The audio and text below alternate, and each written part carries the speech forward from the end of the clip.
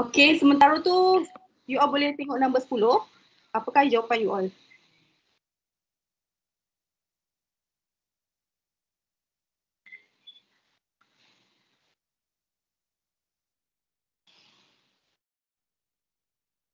Okay, nampak dah. Okay, jadi A lebih tinggi lah daripada suhu B sebab dia cakap heat itu flow from A to B until thermal equilibrium is reached, which is T. Jadi secara logiknya mestilah sesuatu yang panas tu suhu dia lebih tinggi, dan bila thermal equilibrium itu dicapai, mestilah kalau ikut logik dia mestilah kurang daripada 100, kan? Saya buat contoh 100 lah untuk A. Kalau B tu katalah saya buat contoh adalah 10 degree Celsius. Jadi kalau thermal equilibrium itu dicapai, jadi mestilah dia duduk antara A dan B. Okay, mestilah antara A dan B. Jadi T itu mestilah kurang daripada 100 dan dia mestilah lebih tinggi daripada 10, which is B tadi. Jadi T tu mesti in between A dan B. Boleh nampak ke screen? Saya dah share dah. Oh, cikgu tapi tak nampak share screen. Saya punya screen tak. Kejap ya, saya dah share dah.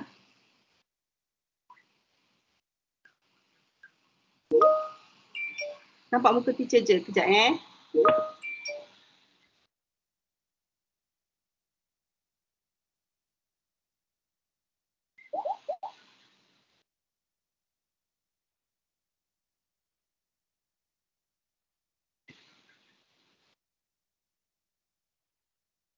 Okay, so kejap sementara tunggu tu. Jadi you all boleh understand kan? Kalau suhu tu dah capai thermal equilibrium, jadi dia mestilah in between. Satu tadi suhu panas, satu lagi suhu tu rendah. Jadi suhu yang tinggi itu dia mestilah berkurang, dan kalau yang sejuk tadi tu mestilah dia jadi panas sikit, kan?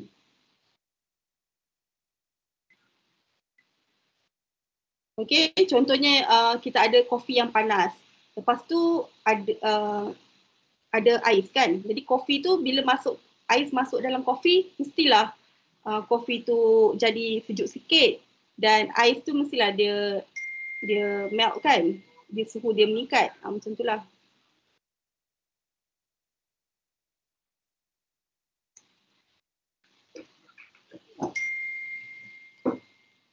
Okay, boleh nampak Okay, jadi T tu mestilah jawapan dia C ke cikgu? Yes, betul. Jawapannya adalah C. So T tu mestilah between T1 dan T2. Jadi ini adalah thermal equilibrium. Alright, next number 11. Okay. A substance is heated at steady rate. It change from a solid to liquid. Okay, kita highlight. Dia kata solid to liquid. And then to a gas. Okay. The graph show how its temperature change with time. Okay. Bahagian manakah latent heat of vaporization ataupun haba pendam tentu penguapan? Okay. Yang mana satu? A, B, C or D? Haba pendam tentu penguapan. Latent heat of vaporization. Okay. Okay, jadi kalau kita nak recap sikit. Yes, Nurin, D, Husna, D. Okay, kita ada, kalau kat sini, you all boleh refer nantilah, cikgu ada attach kat sini. Kalau latent heat of fusion, dia solid itu melt. Melting. Dan satu lagi kita ada latent heat of vaporization apabila liquid itu starts to boil. Jadi kalau latent heat, kita ingat macam ni. Kalau haba pendam, kita ingat dia mesti no change temperature.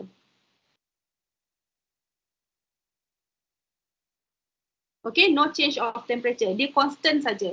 Tapi kalau heat capacity, okay, kalau heat capacity dia mesti ada temperature change. Sebab formula dia pun, kalau latent heat ni kan formulanya Q equal to ML. Jadi ML tak ada theta pun. Kalau heat capacity kan formulanya Q equal to MC perubahan temperature.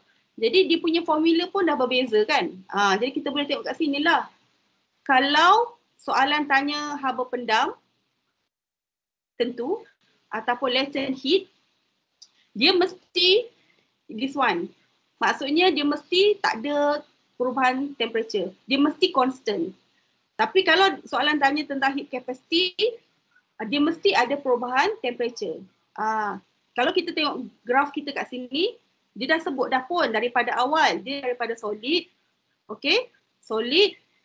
Kemudian kan kita kata dekat constant temperature tu, maksudnya dekat sinilah constant temperature sini Q dengan S. Kat situlah latent heat. Jadi Q ni dia adalah, kalau tadi solid, jadi dekat sini dia jadi solid and liquid. Q dia akan jadi liquid, cecair. S ni dia akan jadi liquid and gas. Jadi dekat sini adalah latent heat. Cumanya kita nak tahu yang mana satu yang vaporization, pengawapan ataupun yang fusion. Jadi kalau sini mestilah menguap kan, uap mestilah gas kan. Jadi jawapannya adalah S. Okay. Kalau ini adalah heat capacity. Heat capacity. R, heat capacity. Kalau Q, latent heat. S, latent heat. Macam tu. Jadi kita Q dengan, kalau option kita tu P tak boleh jawab, huruf R pun tak boleh jawab. P tak boleh jawab, R tak boleh jawab. Macam tu. Okay, good. Yes, Saidah, Anas, Mukri, yes, D. Okay, kita continue number 12. Okay. Diagram shows air trap in an empty container floating in the sea at noon. Okay. During night, volume of trapped air is reduced. Okay. Jadi, law yang mana? Boyle's, Charles ataupun pressure? Okay, macam mana jawapan you all?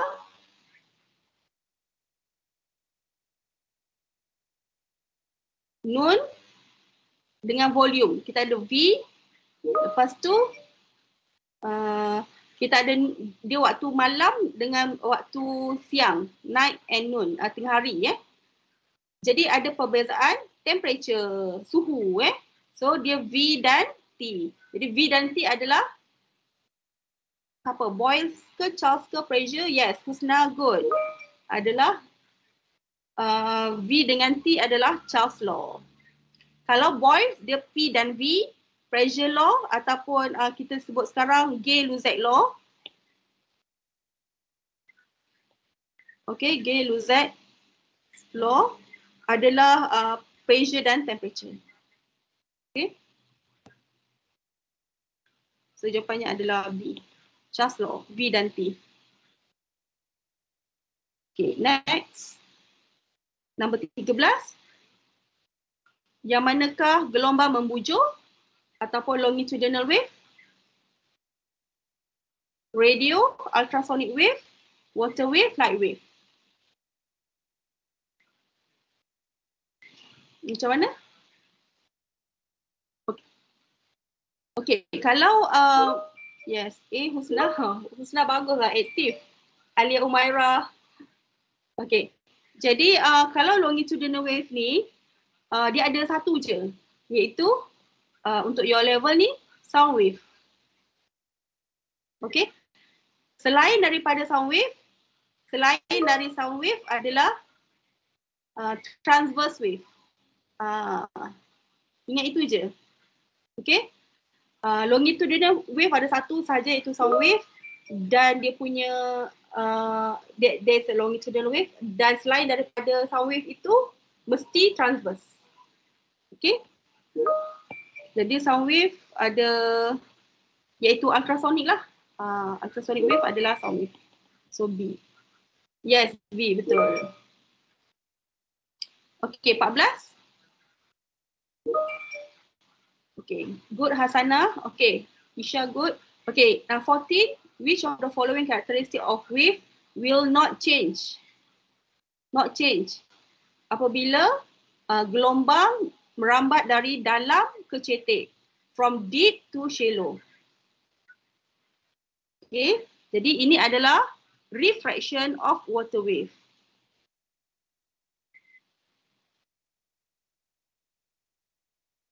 Jadi kalau refraction of water wave, kalau dia apa yang berubah? Yang berubah adalah velocity ubah, wavelength pun ubah. Yang tak berubah adalah frekuensi. Okay, frekuensi of water wave. Dia sama juga dengan fenomena lain. Reflection, diffraction, tu semua frekuensi tak berubah. Okay, semua tak berubah frekuensi. Semua wave fenomena tak ubah frekuensi. So jawapannya adalah B. Okay, next number 15. Okay, this is interference, corak interference gelombang. Okay, interference pattern of water wave from two coherent sources, S1 and S2. Okay, ingat kalau dia ada dua sumber macam ni, dua source, itu adalah interference. Interference. Kalau ada satu saja, diffraction. Okay, jadi kita ditanya, yang manakah menerangkan interference pada titik X dengan betul? Okay, point X correctly. Jadi point X yang mana satu? Di sini. Kat sini kan? Okay, jadi kat X tu apa? Kita tengok dulu So kalau interference ni, okay, dia ada crest. Crest ni yang warna biru ni. Okay. Biru. Dan in between crest itu, yang warna hitam adalah throw. Okay, ataupun lembah ataupun lembangan. Kalau crest tu adalah puncak. Puncak. Okay, jadi kalau dia bertemu, kalau kita tengok point itu, kalau crest, kat sini ada,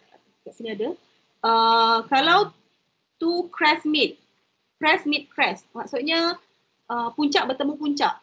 Kalau puncak bertemu puncak, dia akan maksimum crest wave. Dia akan jadi maksimum lah dia punya amplitude. Dan dia dinamakan sebagai antinode. Right? Antinode. Okay. Kalau dia true mid crest ataupun puncak bertemu lembangan, dia adalah node point. Ataupun kalau dia punya garisan tu panggil nodal line.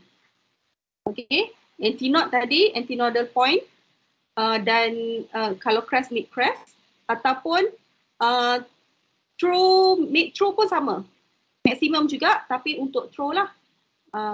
Jadi dia adalah antinode juga. Kalau antinode, crest mid crest, true mid true. Kalau not, crest mid true. Okay. Dan dia adalah constructive interference lah kalau antinode. Ingat, kalau A antinode A kan, jadi baguslah membina konstruktif antinode. Kalau not destruktif, interference. Okey, jadi kita tengok garisan kita tadi X ni. Jadi ini adalah crest lah ataupun puncak. Okey, ini crest juga.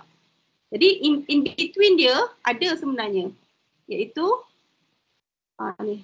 Sekejap, saya buat sikit.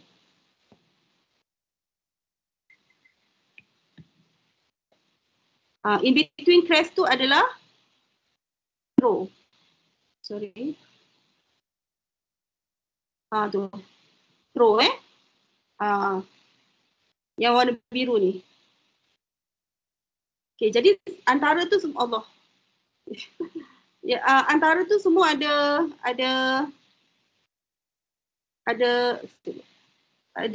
throw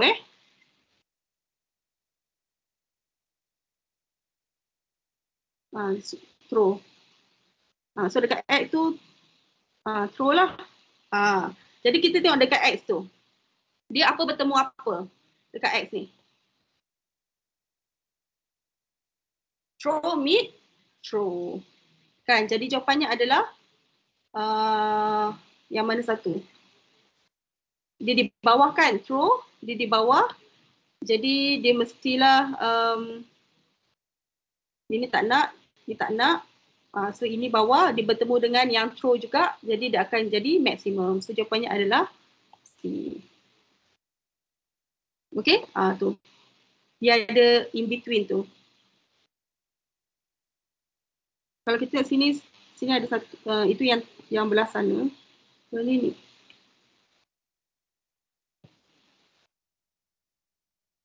Ni.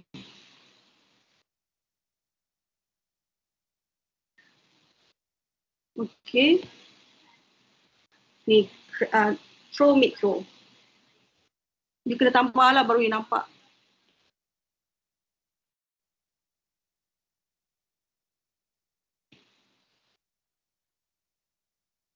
Macam tu.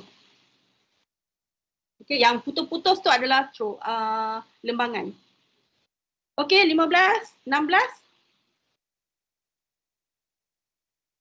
Okay, 16. This is electromagnetic spectrum. The position of the visible light adalah, okay, kalau electromagnetic wave spectrum kita memang mesti remember lah Kalau saya memang ingat daripada saya SPM dulu berapa puluh tahun saya kena tolak lah dah lama sering SPM. Dulu cikgu tuition saya ajar cara nak ingat dia adalah R minus gamma. R minus gamma. Sebab kita dulu bahasa Melayu kan, belajar bahasa Melayu. Jadi R ni adalah radio wave. R ni adalah radio wave, microwave, infrared, N nampak, cahaya nampak, U, UV, X, X-ray, ni gamma. Ni simbol untuk gamma. Jadi R minus gamma. R minus gamma, kita mesti ingat, kita mestilah secara logiknya paling panjang radio wave, paling panjang gelombang adalah radio wave. Macam ni. Biasanya dia nak relate macam tu lah, wavelength dengan frekuensi. Jadi frekuensi pula paling tinggi mestilah gamma. Kan, sinar gamma paling tinggi frekuensi dia. Jadi macam tu lah saya ingat. Jadi kita tengok soalan kita, dia nak tanya antara visible light, cahaya nampak tu apa? Kalau cahaya nampak, ini N. Jadi antara dia adalah, dia duduk antara apa? Infrared dan juga UV. Infrared and UV. So jawapannya adalah B. Okay, continue nombor 17. Sebab kita sekarang ada session kan. Okay, 17. The velocity of the light is 3 times 10 to the power of 8 meter per second. Refractive index dia 1.3. Berapakah velocity of light in the water? Jadi bila kita dapat macam ni, kita dah highlight, kita tulislah dia punya simbol tu apa kan? Sebab kita nak calculate mesti guna simbol. Okay, velocity of light. So velocity of light adalah huruf C. Lepas tu refractive index huruf N. What is the velocity of light in water? Hurufnya adalah V. Jadi kita tahu ada huruf N, ada huruf C, ada huruf V. Jadi formula apa yang relate? N equal to C over V. C ni adalah speed of light in water, in air ataupun in vacuum, which is 3 kali 10 kuasa 8 ms negative 1 over V kita tak tahu, N 1.30. Jadi V sama dengan 3 times 10 to the power of 8 ms m per s over 1.30. Jadi kita akan tekan kalkulator lah. So dapat 2.31 kali 10 kuasa 8. So unit tinggal meter per second. Yes, good B. Yes, good Hasanah B. Jadi jawapannya adalah B. Okay, so the formula ni lah. Okay, number 18. Ini adalah fiber optik. Okay. Kita sekarang sedang menggunakan fiber optik lah Sebab kan kita guna internet. Jadi macam mana internet tu boleh sampai ke rumah awak. Macam mana saya punya image boleh sampai ke rumah you all. Di Sabah, Sarawak, Kelantan, macam mana boleh sampai? Sebab ada fiber optik. Fiber optik ni dia guna banyak kat telecommunication, untuk medical, jadi that is fiber optik lah. Jadi fenomena yang mesti soalan fiber optik mesti betul sebab you all dah belajar PDPR dah 2 tahun. Kita memang guna fiber optik hari-hari. Kan? Jadi wave fenomena apa kalau fiber optik ni? Okay, ianya adalah total internal reflection. Okay, nanti you all boleh bacalah information yang saya attach kat sini. Jadi optical fiber, total internal reflection. Jadi macam dia adalah fiber optik ni dia pantulkan cahaya, pantul cahaya melalui fiber optik tu sampailah ke rumah awak. Jadi sebab tu you boleh nampak saya. Tentu. Okay, fiber optik next 19. Ini adalah ray diagram untuk apa? Okay. Ini kalau confused, ini adalah convex lens. Okay, convex lens. Convex lens.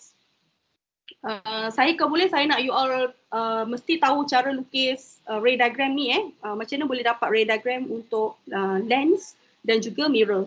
Dan you apabila you dah buat tu semua, you compare characteristic of image untuk convex, untuk lens dan juga mirror. You akan dapati bahawa karakteristik untuk convex lens ini nanti dia mesti sama dengan concave mirror. Karakteristik of image dia. Kalau concave lens, karakteristik dia akan sama dengan convex mirror. Okay, dia mesti sama karakteristik dia.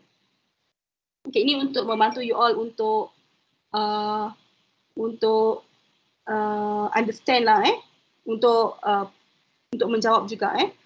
Okay, kenapa macam tu cikgu? Okay, kenapa? Sebab bila you lukis, kena buka.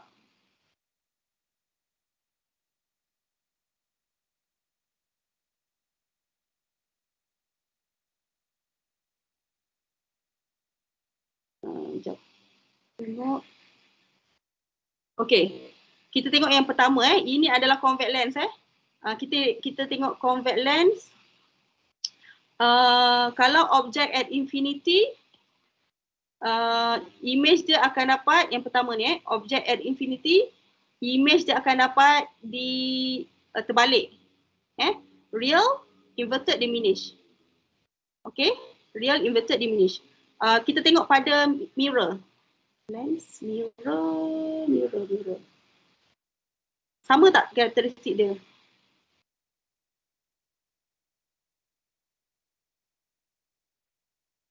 Mirror kat bawah lagi kot. Ni mirror. Nampak? Kan sama. Real, inverted, diminish. Sama. Nanti you lukis semua ray diagram ni, you compare mereka. Mereka berempat ni. Convex lens, concave lens, convex mirror. Memang sama karakteristik dia. Actually you boleh remember dengan mudah saja. Okay? Alright. Okay, Husna nanti try lukis ray diagram. Okay, jadi kalau ini, ray diagram ini, dia menghasilkan image yang upright, tegak, upright, virtual ni maya, virtual, upright dan juga virtual, upright, magnify, membesar. Okay, jadi ini adalah karakteristik untuk siapa? Mesin photostat ke, projector, magnifying glass, teleskop. Jadi yang paling tepatnya adalah kalau photostat machine mestilah sama je kan.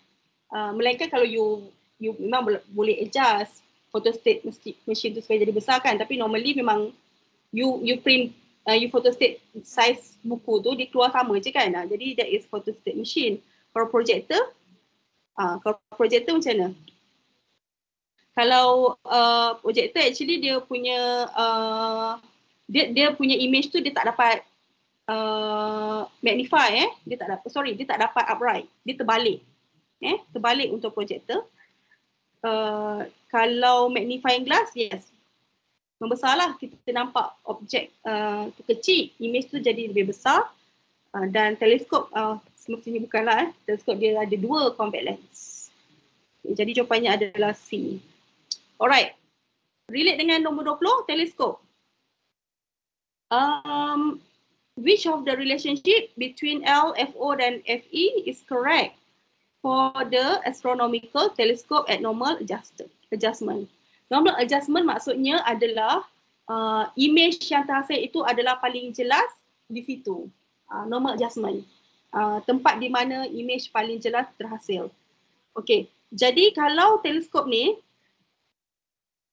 teleskop this one. Okey, kalau teleskop kita akan tengok kat sini, ini FO, focal length objektif. Dia akan sama tempat dengan focal length untuk eyepiece. Okey, dia akan sama tempat dengan eyepiece. Jadi dia akan hasilkan image, dia punya length adalah, dia akan dapati L tu sama dengan FO tambah FE. Sebab dia sama-sama exactly kat situ. So L sama dengan FO tambah FE. Okey, kalau mikroskop dia beza. Mikroskop FO dengan FE tak duduk tempat yang sama. Okey, jadi dia punya length ni, length untuk mikroskop adalah length teleskop more than FO tambah FE. Itu bezanya. Okey, biasanya you all pelajar di confuse antara dua tu lah. Jadi kat sini pun saya ada attach, nanti all boleh baca juga. Jadi jawapannya adalah FO tambah FM. M ni mata lah, focal length mata, so bahasa Melayu kan, mata. Okey, kalau ini adalah mikroskop. Kalau ini tak ada. Okay, next, number 21. Okay, what is the forward force F exerted on the floor? Okay, on the floor. Jadi, kalau on the floor, dia nak Fx kan? Okay, kita highlight Fx on the floor. Jadi, Fx sama dengan sini ada theta. Saya bawa keluar bagi nampak jelas sikit. Theta, ini Fy, sini F. Okay, sekarang dia nak Fx, jadi yang inilah. Okay, jadi kita nampak sini dia ada, ini adalah hypotenuse, theorem Pythagoras kan, trigonometry. So sini akan jadi hypotenuse. Okay, yang F ni hypotenuse. Jadi kalau kita nak Fx, dia akan jadi cos, tapi theta tu duduk dekat sini kan. Sekarang kalau kita nak sini, dia akan jadi 90 tolak theta. Okay, jadi jadi dia akan jadi cos 90 tolak theta equal, cos kan adalah adjacent over hypotenuse adalah F. Jadi Fx equal F cos 90 minus theta. So jawapannya adalah okay, C. Alright. 22. Oh, kita kena pantas sikit. An object is in equilibrium when, ni equilibrium cikgu ada share juga di sini nota. Equilibrium berlaku waktu bila? Waktu net force ataupun resultant force adalah 0. Jadi dia 0, objek tu akan jadi apa? Duduk diam, at rest, stationary, ataupun dia akan move with constant velocity. Jadi kalau constant velocity ni, maksud lainnya acceleration dia 0. Jadi yang mana satu? Acceleration 0 betul, stationary betul, uniform velocity betul, resultant force 0 betul. Jadi D.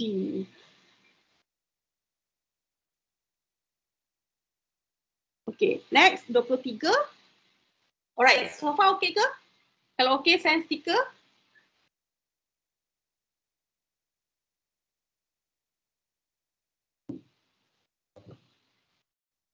Ya, insyaAllah okey Okey, cikgu.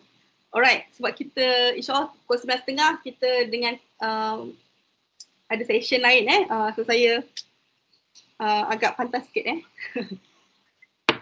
Alright, nombor 23, diagram shows a graph of force extension in an experiment studying spring elasticity. Okay, graph pemanjangan. Daya lawan pemanjangan. Okay, which comparison is true? Okay, kita tengok sini Dia dah bagi kita graph. Okay, antara P dan Q, okay, biasa dia akan tanyalah siapa lebih elastik, siapa yang lebih keras, spring itu, siapa yang lebih panjang, extensionnya siapa lebih panjang macam tu Okey, mula-mula kita mesti kenal pasti dulu. Kalau dia kita tengok kat sini ikut logik kita pun kita boleh tengok Sekarang kalau P ini untuk tarik dia apabila kita mengenakan 8 Newton daya, kita akan perlu apabila 8 Newton daya dikenakan, spring P hanya dapat memanjang sebanyak 2 cm saja. Extension dia 2 cm saja. Tapi kalau Q, apabila kita kenakan daya sebanyak 8 Newton, kat sini kita tengok 8 Newton, dia boleh pergi sampai 4 cm. Jadi mestilah Q itu lebih elastik sebab dia boleh memanjang dengan lebih lagi Jadi elasticity untuk Q adalah lebih tinggi. Okey. Semestinya lah apabila elasticity dia lebih tinggi, kalau P tu elasticity dia rendah. Jadi kalau elasticity rendah maksudnya spring itu keras. Kita kata stiffer keras. Elasticity tinggi bermaksud dia mudah memanjang. Maksudnya dia lembut. So dia less stiffer. Stiffness dia kurang. Okay, kekerasan dia kurang. Apabila spring itu keras, maksudnya spring constant dia tinggi. Spring constant high. Kalau elasticity tinggi, bermaksud spring constant low. Macam tu. Alright, dapatkan yang itu dulu Okay, then baru kita analyse graph ini. Okay, dia kata spring Q is harder than spring P. Q is harder than P. Salah lah. Sebab Q lebih senang nak ditarik. Kan? Jadi, A salah. Kalau B, spring constant P is greater than Q. Spring constant betul? Kan? Sebab dia stiffer, dia lebih keras. Dia susah nak ditarik. Maksudnya spring constant dia tinggi. Okay, kalau C, original length of the spring Q is greater than that of P. Tak betul lah, ini kan sama ni. Initial dia, panjang asal dia sama, dia salah. D, elastic potential energy of spring P is greater than that of spring Q. Alright, untuk elastic potential energy, kita kalau daripada graph, elastic potential energy, dia diwakili oleh, dia ada formula E sama dengan setengah Fx. Jadi E sama dengan setengah Fx ni, dia adalah gradient, area under the graph.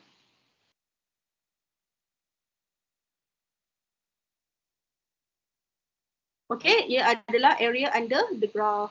Sebab kan kalau kita tengok sini, graph ni kan bawah ni. So ni area. Kan segitiga ni. Segitiga setengah darab F darab X. Sebab tu dapat elastic potential energy. Okay, kalau Q, ini dia.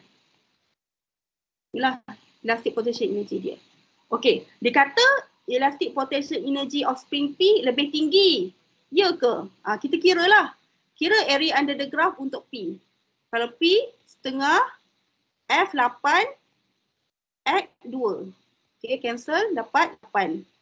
8 unit Newton. cm ataupun joule. Sorry. Tengah darab 8 Newton darab 2 cm. Okay, baru nampak sikit unit tu jadi apa So 8 Newton cm. Tapi kalau Q setengah darab 8 darab 4. So 8 kali 2, 16. Jadi dia kata P is greater. Salah lah. Sebab bila kita kira Q yang greater. Jadi jawapannya adalah B. Okay, nombor 24. One of the factors that affect pressure adalah pressure in fluid. Pressure in fluid. Jadi P equal to rho H G. Jadi rho adalah density of liquid. Okay, H adalah depth. Rho adalah density of liquid. G gravitational acceleration. Okay. Jadi daripada formula ni kita akan dapati bahawa mass tak, volume tak, depth ya, size pun tak. Jadi jawapannya adalah C. Okay, 25. Bernoulli's principle. Prinsip Bernoulli. A bukan, ini adalah momentum ataupun principle of conservation of momentum. B adalah Archimedes yang sangat terkenal ni. Okay, Archimedes principle. Okay, kalau C adalah, ini adalah Pascal. Okay, Pascal principle. Yes, D adalah Bernoulli. Okay, D adalah Bernoulli. 26. Relationship between the potential different with current. Okay, jadi kita ada formula. Dia tanya apa? Yang manakah rintangan paling tinggi? Highest resistance. Okay, R equal to, kita ada formula untuk Ohm's law, V equal to IR. Jadi R equal to V over I. Jadi V over I adalah gradient. Jadi gradient kan kita kata tadi kecerunan ataupun cerun. Kita tengoklah J, K, L, M. Siapa yang lagi cerun? Siapa lagi tinggi kecerunannya? Jadi adalah J. Okay, next.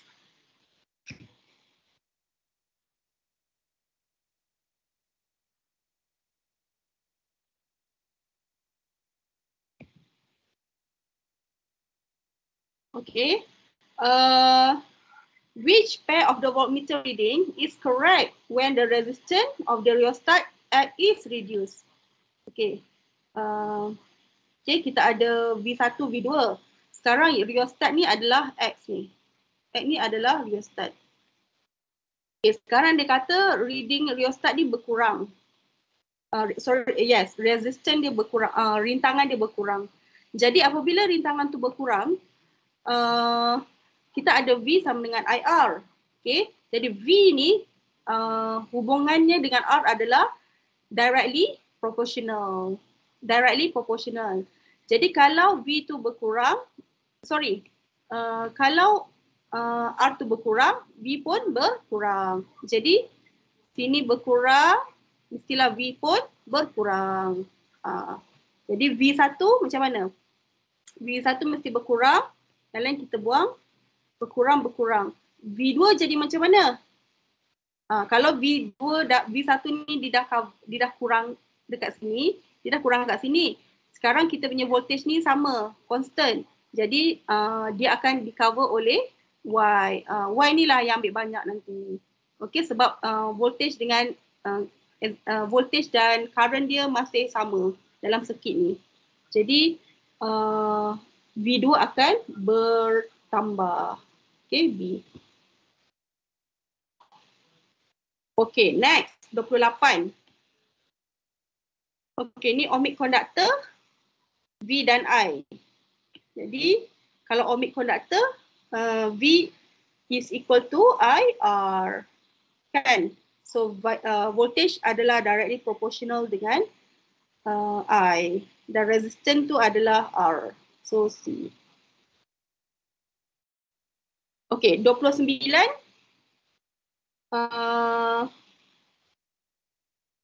Diagram shows a current carrying coil in a magnetic field.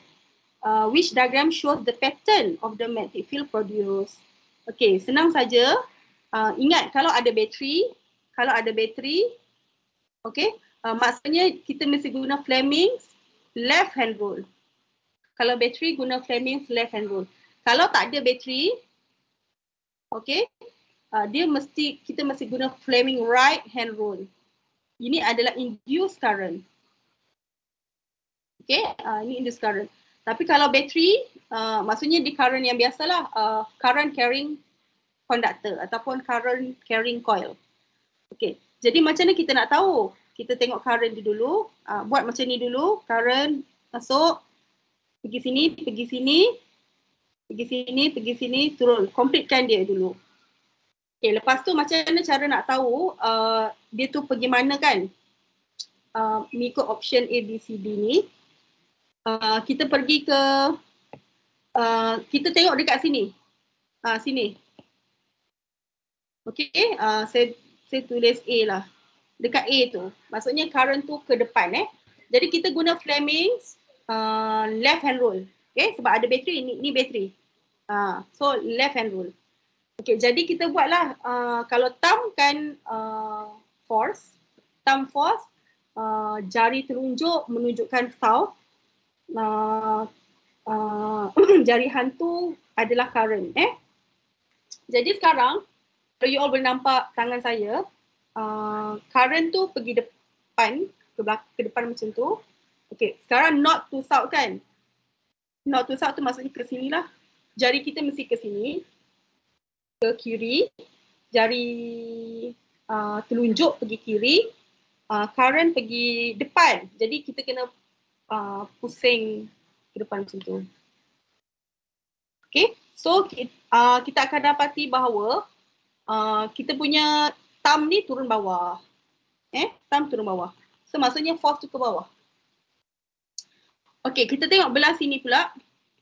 Okay, belah situ pula, belah B. Saya buat B. Okay, kalau belah B, pergi tunjuk north to south juga, pergi kiri. Pergi kanan. Okay, dia menunjukkan south, pergi kanan. Lepas tu current tu pergi ke kita kan. Kita mesti tengok di tempat saya label ni current tu pergi ke kita. Jadi jari hantu pergi kita, pergi dada kita. Okay, macam tu. Jadi kita akan dapati kita punya jari hantu, ibu jari kita naik atas kan? Naik atas. So, ni atas, jadi dia adalah F. Atas. Jadi coil kita tu akan jatuh ke kiri. Dia akan rotate ke kiri.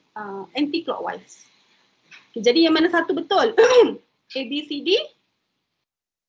Okay. Jadi dia mesti satu atas, satu bawah. Ni salah. Itu pun salah. Sama ada C ataupun D. Okay, jadi ini adalah catapult force. Ataupun catapult field. Jadi bahasa Melayunya adalah daya lastik. Okay, daya lastik. Jadi kalau kita nak lastik kan, saya nak bagi analogi. Saya ada getah, kebetulan ada. Kan? Kalau kita ada lastik kan, saya tak tahu lah you all pernah melastik something ke, okay. Kalau kita nak lastik, kita akan tarik lastik kita macam ke belakang, betul tak? So kita tarik ke belakang, kita letak something kat depan kan. Contoh saya ambil, contoh je lah, kat sekeliling saya ni ada dictionary. Allah Akbar. Susah sikit dictionary. Okay, ambil pen je lah contoh. Okay, ni pen kan. Saya nak lastik pen ni. Macam ni. So, kalau kita nak lastik, mestilah kita punya getah tu ke belakang kan. Ke belakang, nanti pen saya pergi depan kan. Saya tak boleh lepaskan nanti habislah saya punya laptop. So pergi, kalau tarik belakang, nanti pen tu pergi depan. Kan, elastik ke depan. Jadi maksudnya, so daya tu dia mesti ke depan, tapi daya tu getah ni, getah tu mesti ke belakang. Barulah force pergi depan, betul tak? You nak lastik burung kan, contoh tapi tak baiklah lastik burung. You nak lastik benda kan, you lastik tarik ke belakang, mesti benda tu ke depan. Jadi, kalau D tak logik lah. Kan? Jadi dia adalah C. Itu cara mudah nak faham lah Alright. Next, nombor 30.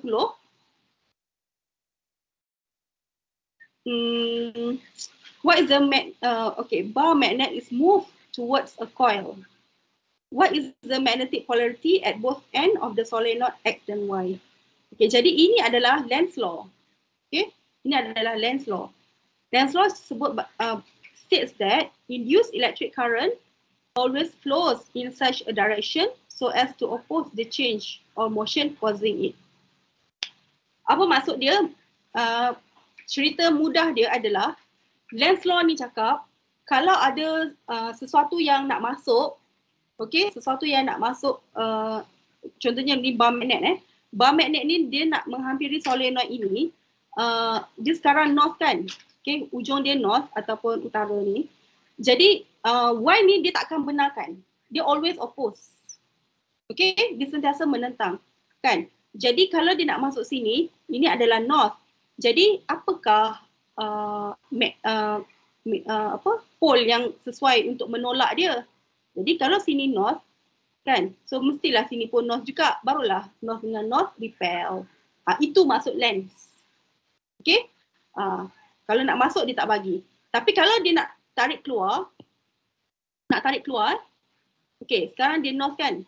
Kalau nak tarik keluar, Lenz kan kata dia always oppose. Jadi dia takkan benarkan kan, dia takkan benarkan. Jadi dia mesti letak kat sini, dia akan jadi south. So barulah north dengan south barulah tertarik. Macam tu. Jadi kalau kita tengok sini dia nak masuk.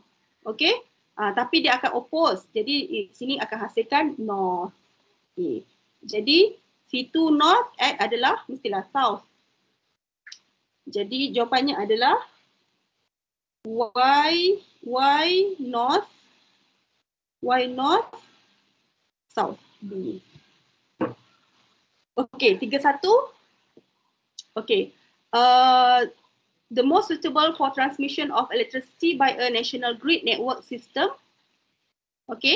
Jadi untuk national grid network system, electricity lah yang sampai kat rumah kita ni, yang kita sedang guna sekarang ini, adalah alternating current. Tu jangan tak tahu pula ini yang kita tengah guna ni semua, CMB bagi kita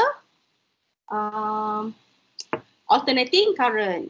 Dah arus ulang alik. Dan magnitude dia, current dia adalah sangat adalah rendah dan voltage dia adalah tinggi. Sebab apa? Sebab dia nak hilangkan, nak mengurangkan energy loss. Energy loss, kita ada energy loss ataupun power loss, P equal to I squared R. I squared R. Jadi kalau I itu rendah, mestilah power loss itu pun rendah. Sebab tu dia mesti bagi voltage tinggi, P equal to IV. So V equal to P over I. So voltage tinggi, current rendah, barulah power loss itu kurang rendah. Sebab tu jawapannya adalah D. That's why kalau you pergi mana-mana kan, you ada nampak awas voltage tinggi kan, berbahaya, itu adalah kataan dia kan. So that's why lah, sebab itulah, sebab dia memang voltage dia memang sangat tinggi supaya dia untuk mengurangkan kehilangan energi sepanjang kabel kan panjang, masuk gunung sana, hutan sana sini, tu semua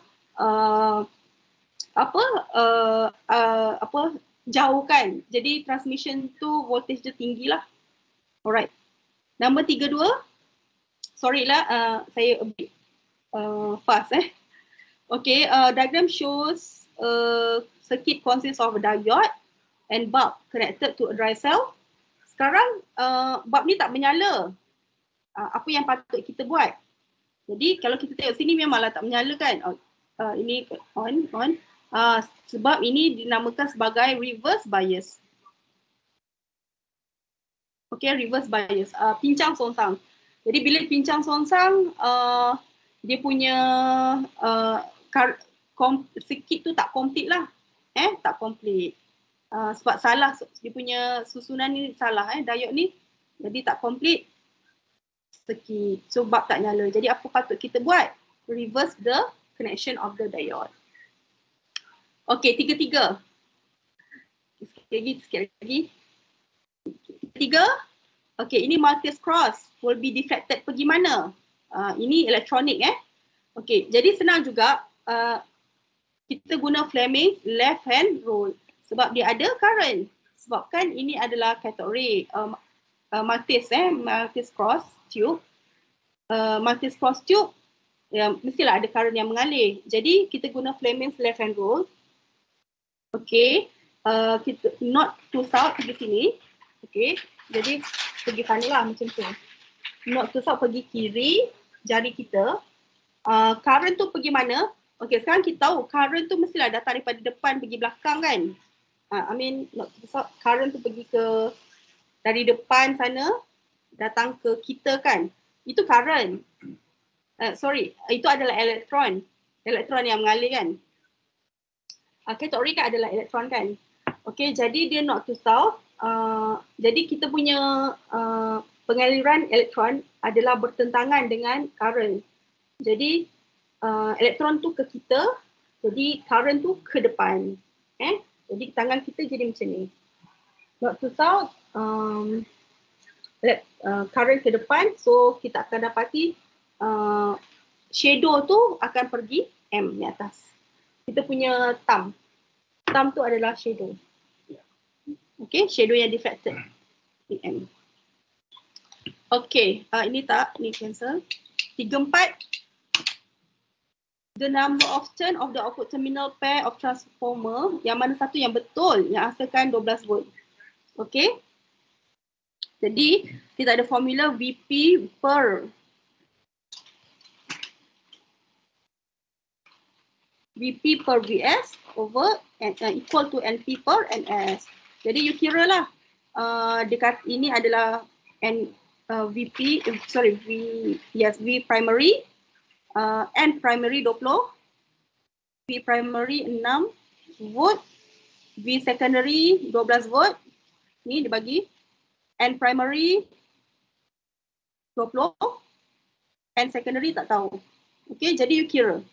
Jadi you akan dapat 40. Jadi 40 tu di sinilah RS. Okay. 35.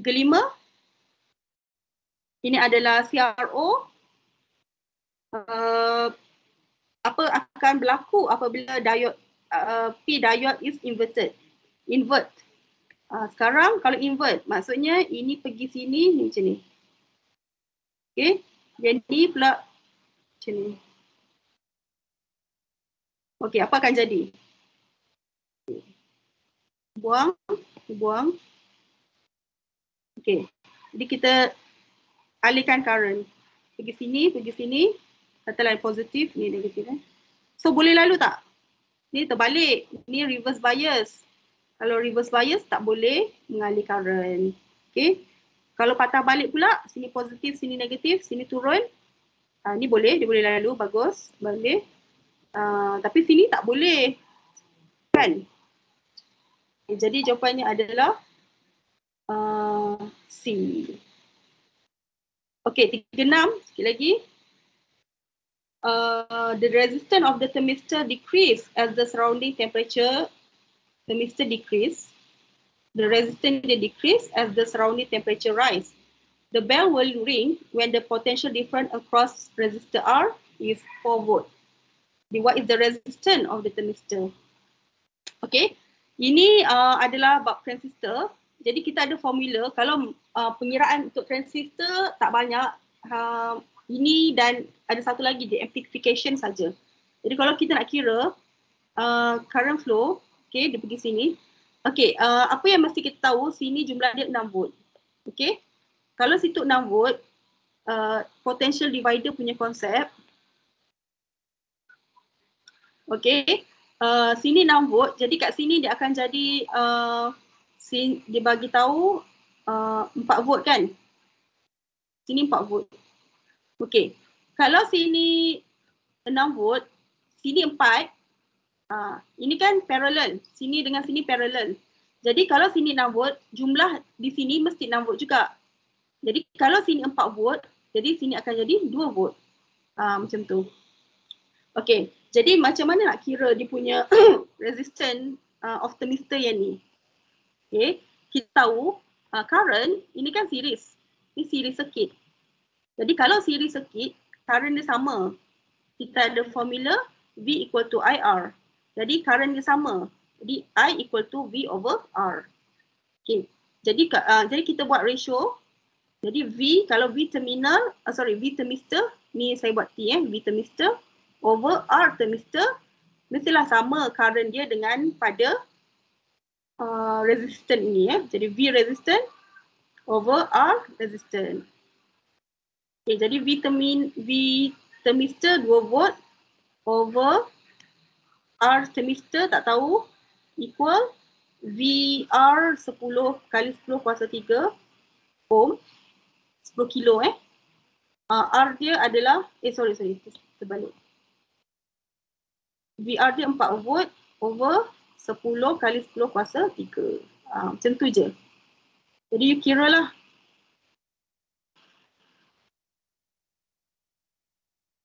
Jadi you akan dapat, cuba kira, 5,000 ohm.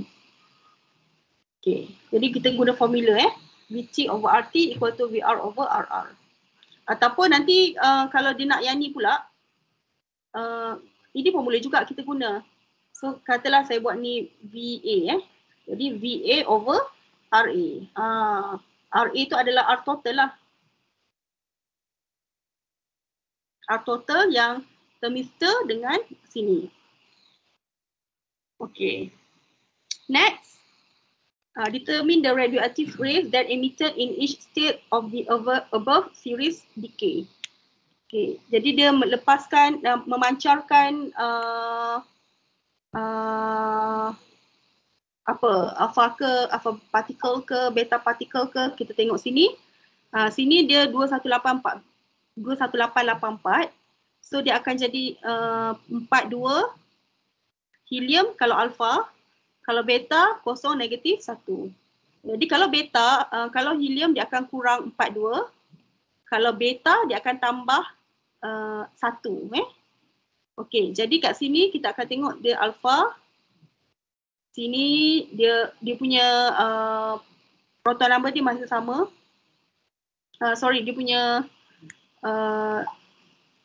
nuclear number dia sama. Alpha, ni beta.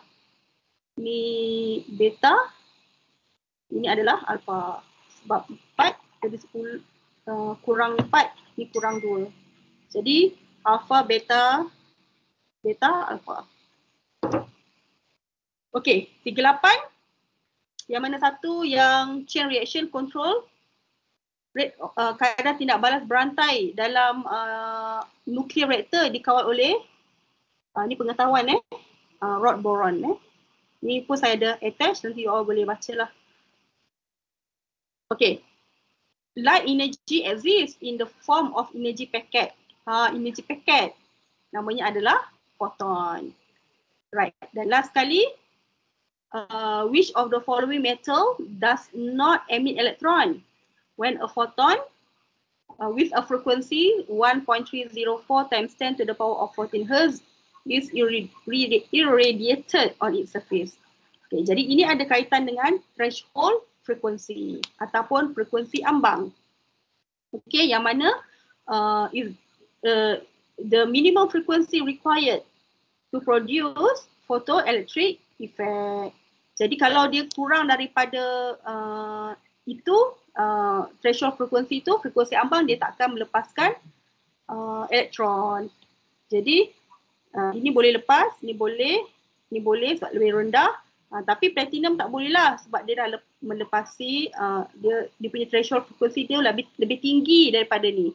Daripada frekuensi foton itu. Jadi dia tak boleh lah nak memancarkan elektron. Tak boleh emit elektron. Okey? So jawapannya adalah D. Okey ke? Mungkin ada soalan ke? Kalau tak ada boleh send stiker good.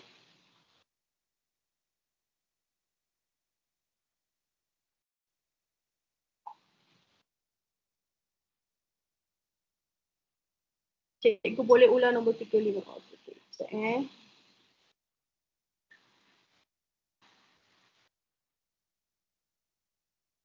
Alright. Okay.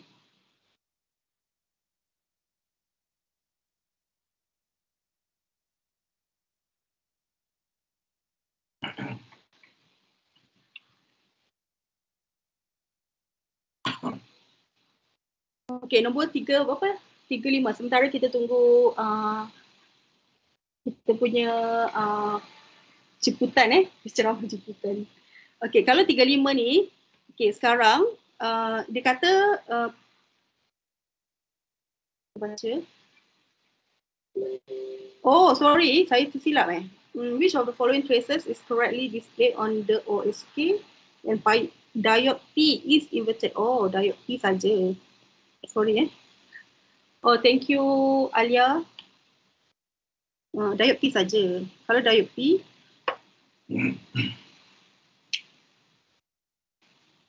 so sini je lah.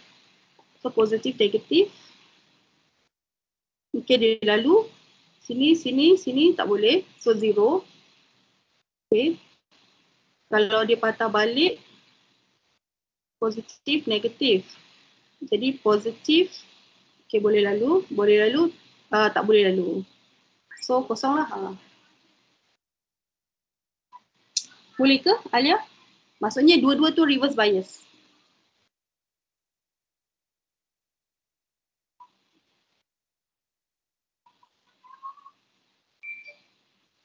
Oh, okay, boleh cikgu. Alright, good.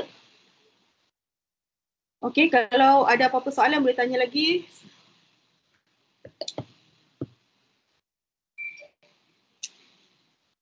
Yes, Husna, betul. Kalau dia tak, dia akan kosong lah sebab tak ada arus tu tak complete mengalir dalam circuit tu.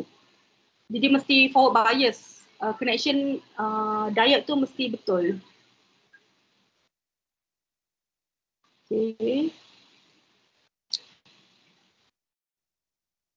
Senang je kalau kita nak tahu dia connection tu betul ke tak. Sementara tu, kita tengok ni. Sekejap Saya dah terkeluar ke?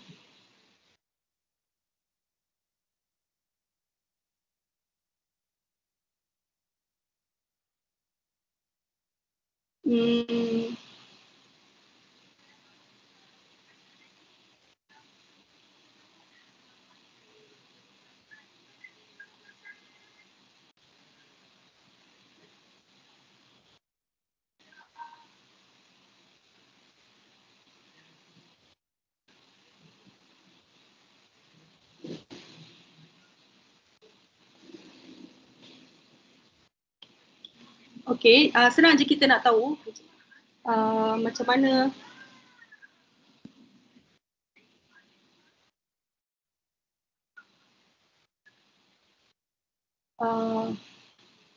apa tu? Saya tengah share screen.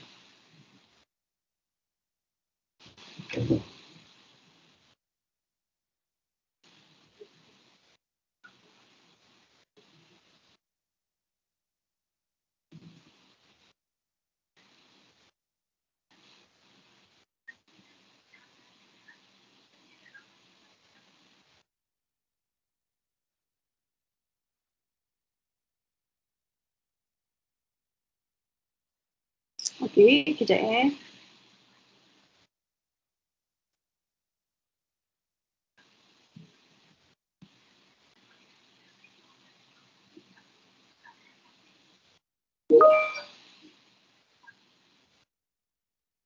Okay, kejap ya.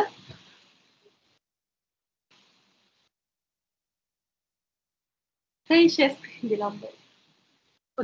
Okay. Kita sementara kita tunggu penceramah jemputan kita. Masa pun dah singkat. So dia ada masalah nak masuk. Okay, kita tengok kita punya ni. Tadi soalan ni kan. Okay, macam mana kita nak tahu dia tu reverse bias ke tak? Senang je. Kita tengok ni. Okay, sebelum tu you mesti tahu ni simbol AC alternating current. Okay, kalau dia macam ni kan. Kalau you nampak tak ni kan arrow dia macam, kita anggap dia macam arrow lah Ini kan terbalik ni. Kalau dia terbalik, maksudnya dia reverse bias. Ingat macam tu je. Reverse bias. Kalau reverse bias, maksudnya current tak boleh flow lah. Current tak boleh flow. Jadi pergi sini, dia pergi sini. So sini dah reverse bias. So tak boleh flow lah. So kalau sini pun sama. Ni terbalik ni arrow dia. Reverse bias. Tapi kalau dia pergi sini, tengok kalau current tu sini, lepas tu sini kan. Sini. Ni kan arrow tu betul kan. Jadi arrow tu betul. Jadi dia adalah forward bias. Macam tu. Okay, forward bias. Okay, ni forward bias lah. Kedua-dua tu boleh lalu. Macam tu. Alright, itu cara untuk kita tengoklah Okay.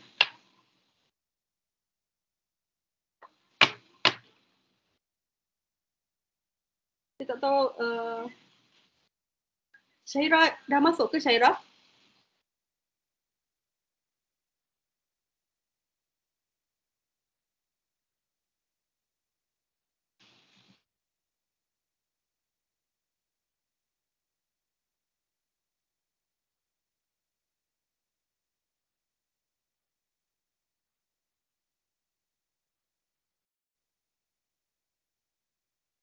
Okay, kita tunggu kejap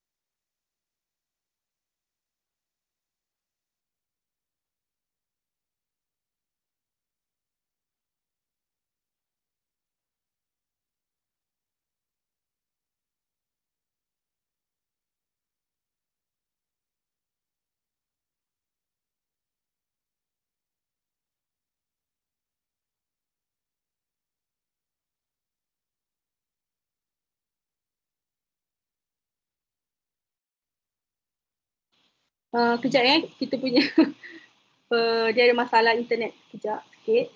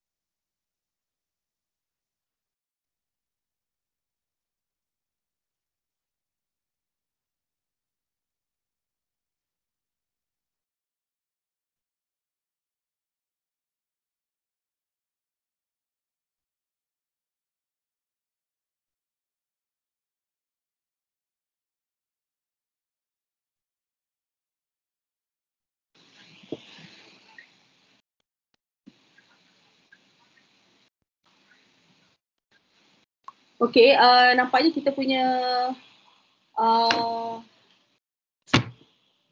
tetamu jemputan dia ada masalah internet dari tadi lagi.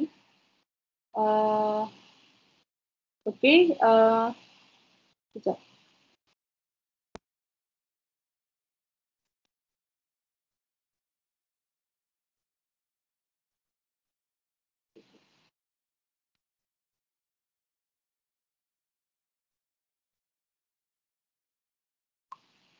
Sebab kalau biasalah, kalau internet ni memang macam ni lah dia punya orang kata cabaran-cabarannya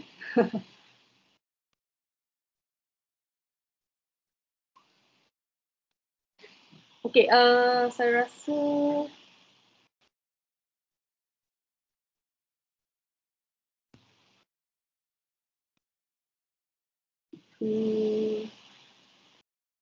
okay, saya rasa tak apalah kot. Nanti tak.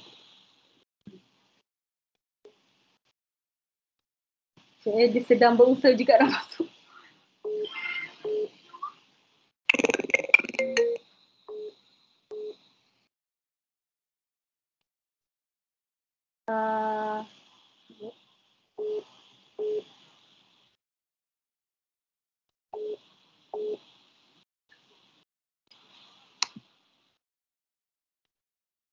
Hello?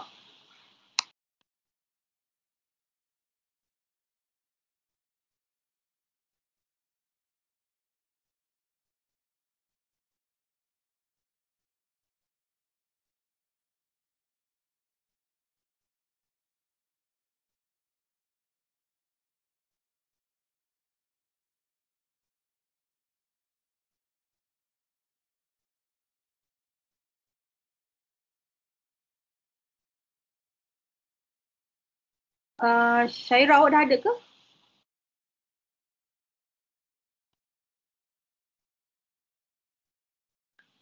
Syairah?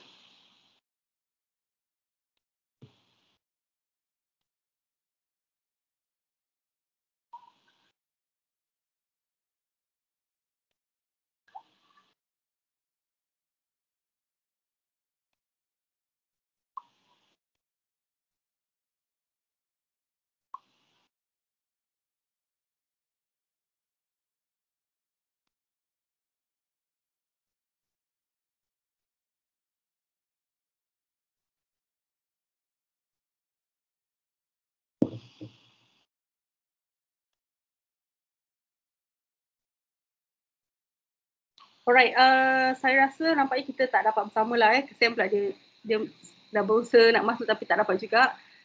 Anyway, InsyaAllah nanti mungkin kita punya tetamu jemputan ni boleh record video lah boleh hantar dekat you all untuk tips untuk mendapat A+ dalam fizik nampaknya dia usaha memang tak boleh. Dia dah cuba banyak kali tapi tak berjaya daripada tadi lagi. Alright, so sekarang pun dah pukul 10.05. Jadi all the best untuk SPM. InsyaAllah kami doakan supaya anda semua mendapat manfaat daripada kelas kita selama 4 malam ni.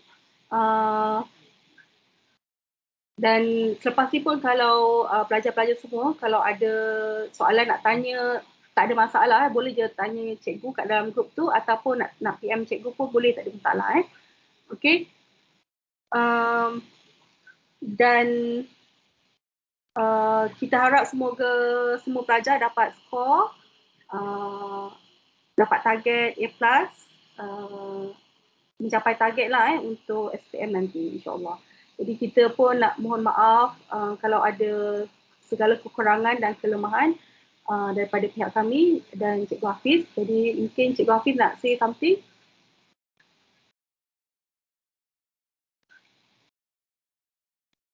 Okey, boleh dengar? Yeah.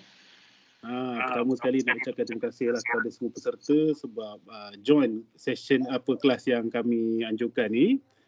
Yang keduanya, selamat kembali ke sekolah kepada geng-geng Pantai Timur, Kedah, Johor, esok sekolah dah.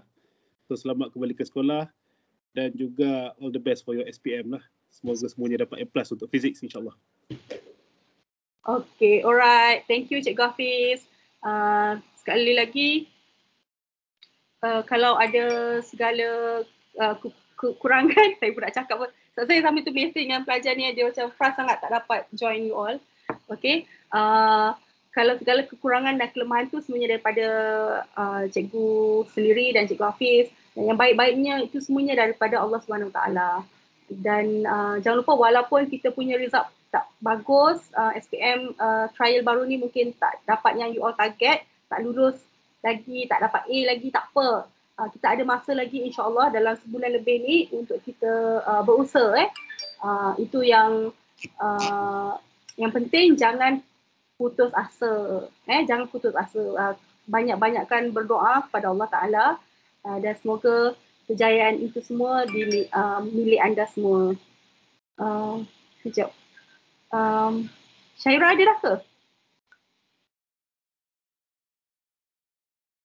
Okay, tak apa. Alright, macam itulah. Okay, jadi saya akan kongsi feedback form dalam Telegram nanti untuk anda semua memberi maklum balas lah terhadap kita punya kelas ini. Alright, itu saja. Thank you very much. Bye. Assalamualaikum warahmatullahi wabarakatuh. Lupa nak tangkap gambar kan? Boleh ke siapa-siapa yang masih ada ni untuk on camera?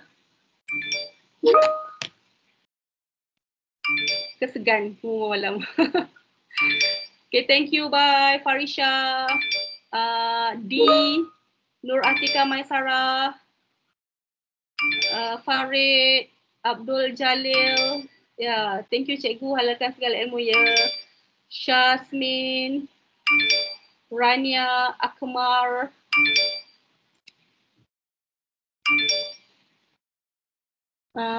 Okay. Dan cikgu bagi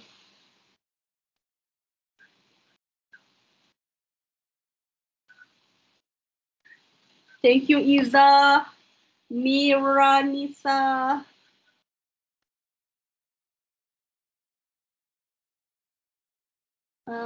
Nurin, thank you.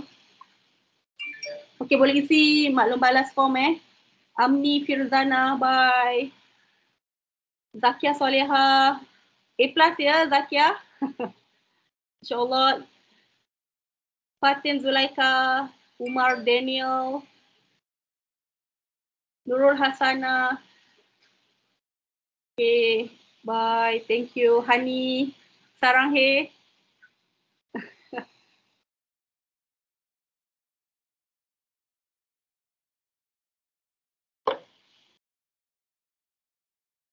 Okay, thank you Cikgu Hafiz.